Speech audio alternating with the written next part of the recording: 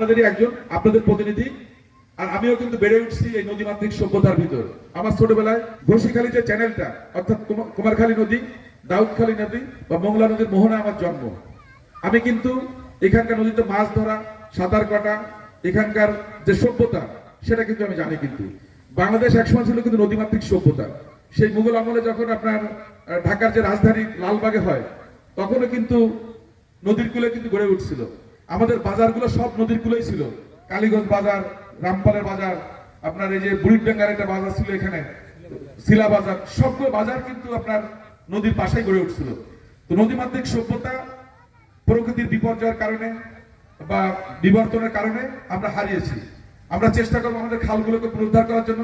ইতিমধ্যে আমাদের উপজেলা নির্বাহী অফিসার আমাকে বলেছে যে ঠাকুরনী খাল নিয়ে অনেক আলোচনা হচ্ছে, মোংলার ভিতরে এখানে অনেক সমস্যা আছে। আমি ওনাকে বলেছি যে ঠিক আছে, আগে আপনি চিহ্নিত করেন কতটুকু ওকে আছে, কতটুকু ওকে নাই, কি করা যেতে পারে। আমরা চেষ্টা করবো খুব দ্রুতই আস্তে আস্তে এই খালগুলোকে উদ্ধার করার জন্য এবং আমাদের প্রাকৃতিক যে জলাধার সেগুলোকে সঠিক করে রাখার জন্য। আমাদের এই নদীমাতৃক সভ্যতা, এই জলভূমিগুলোর সাধারণ মানুষের জীবন জীবিকা, এই সব কিছু নিয়ে আমাদের চিন্তা করতে হবে। কার্ড সহ যে সুযোগ সুবিধাগুলো আসবে আমি চেষ্টা করব উপকূলের সাধারণ মানুষ যেন পায়। পাশাপাশি আমাদের জলবায়ু পরিবর্তনের যে ফান্ডগুলো আছে, আমাদের সঞ্চালক যেটা বলেছে, এটা নিয়ে আমি খুবই গুরুত্ব দিচ্ছি। উপকূলের মানুষগুলো যেন সেই সুযোগ সুবিধা পায়, তারা যেন তাদের জীবন জীবিকা, তাদের ঘরগুলো ঠিক করতে পারে, তাদের সুন্দরবনের ব্যবস্থা করতে পারে, তাদের জন্য বিকল্প কর্মসংস্থান ব্যবস্থা করতে পারে।